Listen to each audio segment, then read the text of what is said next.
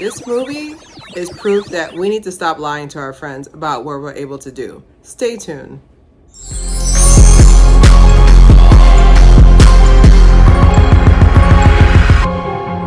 All right, welcome to another episode of Claire here. We are reviewing Atlas, and this is a movie by J-Lo. She's executive producer. Before we go into the review, first things first, I'm convinced that people with actual talent will not exist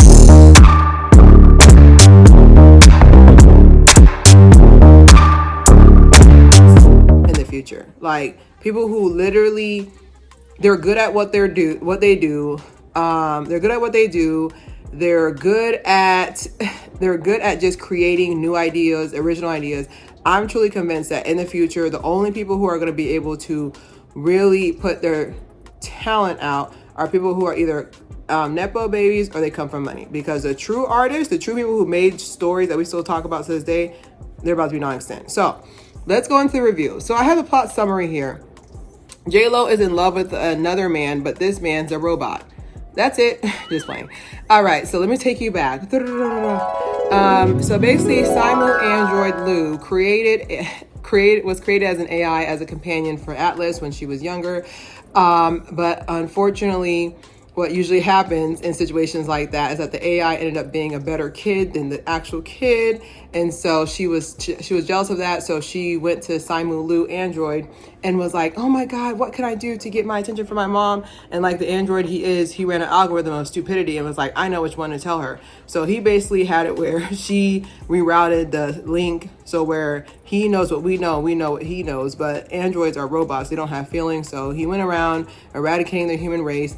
And so basically 26 years later, Idris Android comes up, and basically that's his homeboy. That was his original homeboy from the beginning.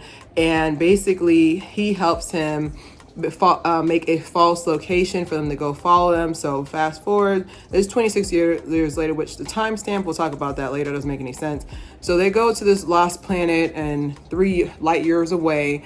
And then basically when they're over there, everybody ends up getting got, and so the only person is the main character. For some reason, she doesn't go to heaven like the rest of the people, and she's our only hope. Conveniently, someone who's never flown a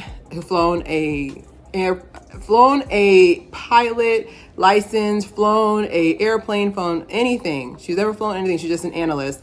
And basically somehow she's our only hope. And so let's get past that. So she gets to the planet and she falls to the planet, and she's in this Megazord. Megazord's name is Smith. And basically for her to link with him, she has to fully open up to him and really tell him that she loves him, because this is somehow turned into a romantic comedy. I don't know, child. Anyway, so basically they meet up with simu android, and then when they get there, turns out it was a trap. He just needed the technology that she brought with her so they can finish what they started. And so basically after that, after all that, basically it turns out that like he has been planning this since the beginning, blah blah blah blah. And then so they have a battle because Idris Android, he just keeps getting remade by simu Lou. So basically I'm just like, what is happening?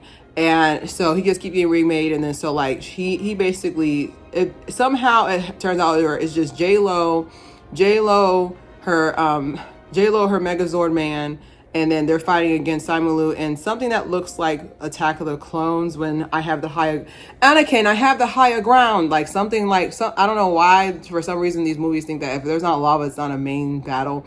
Anyway, so she somehow ends up winning, blah blah blah, and then she ends up becoming a ranger, an official ranger instead of an analyst, and she's proven herself one time. Even though she's proven herself one time, has no credentials, she is now a ranger, and that's the end of the story. So basically, she ends up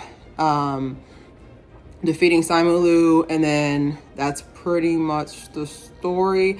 Other parts that I left out too was that Sterling Brown basically acts as the commander. He's kind of funny, I guess.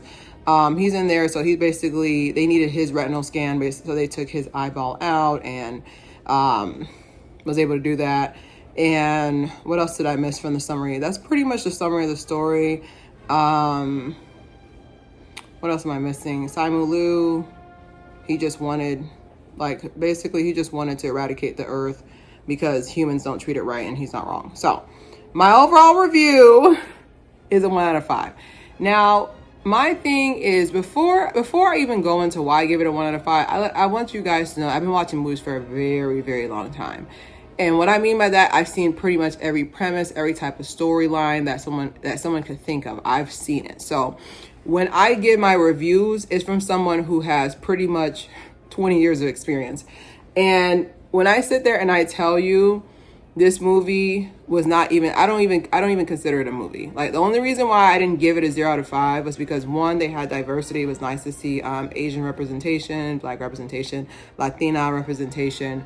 That's the only reason why I did not get a 0 out of 5, because number one, they got her, the timing threw me off because they said that it was 26 years later, but in the flashback, it looked like she was 6. So is she trying to say she's playing a 32 years old at almost 55? Like, I'm not hating. Like I said, I still think to this day, J-Lo is one of the most beautifulest women She's one of the beautifulest women I ever seen. However, I something about her trying to play a 30-year-old threw me off, because even though I'm 33 myself, I wouldn't be like, okay, I'm going to play an 18-year-old. Like, I don't care how they style me. I'm a grown woman.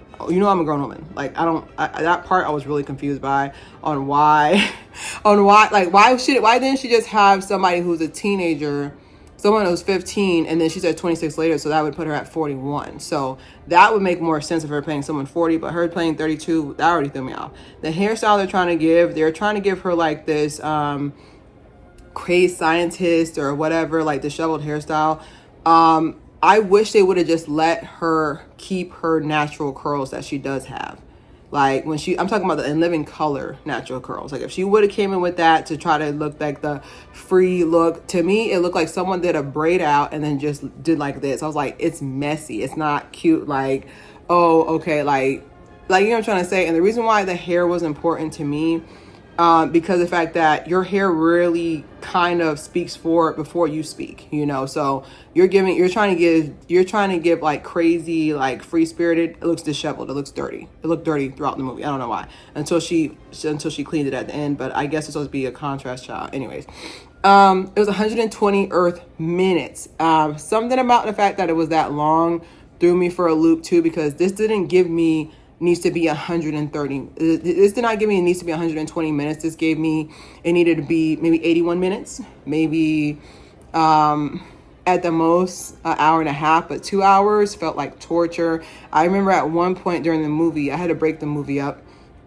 I had to take a little breather, walk around in between.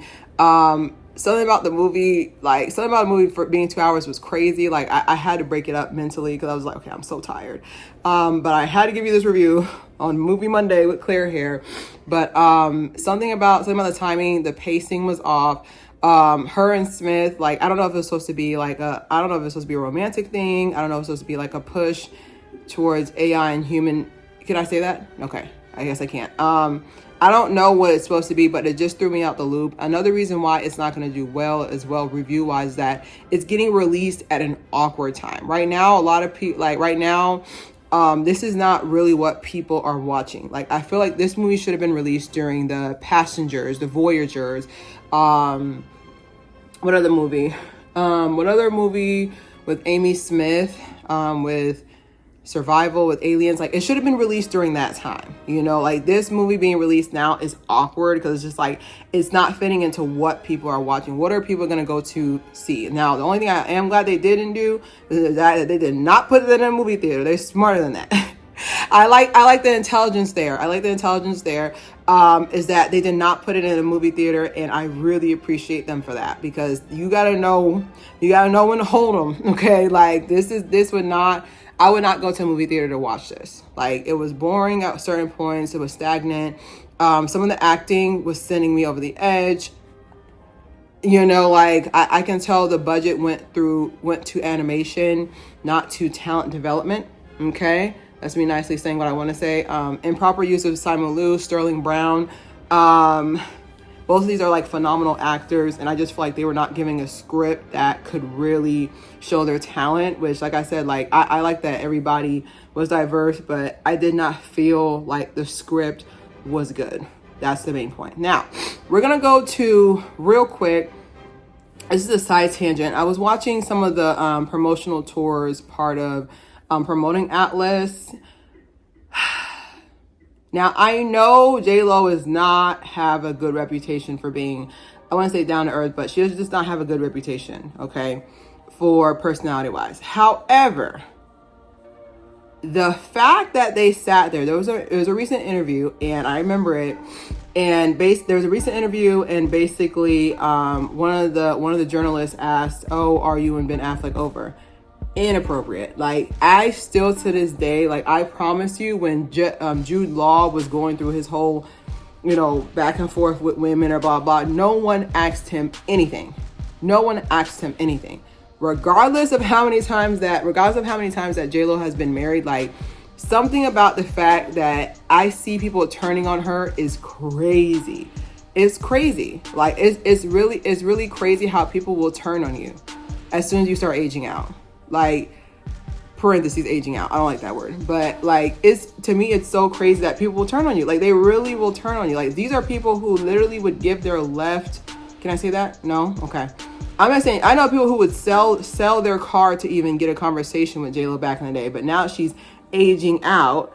Now everybody's turning on her is crazy. And, like, this is not me sticking up for her. It's not me sticking up for her, but fair is fair. I've always been a very fair person.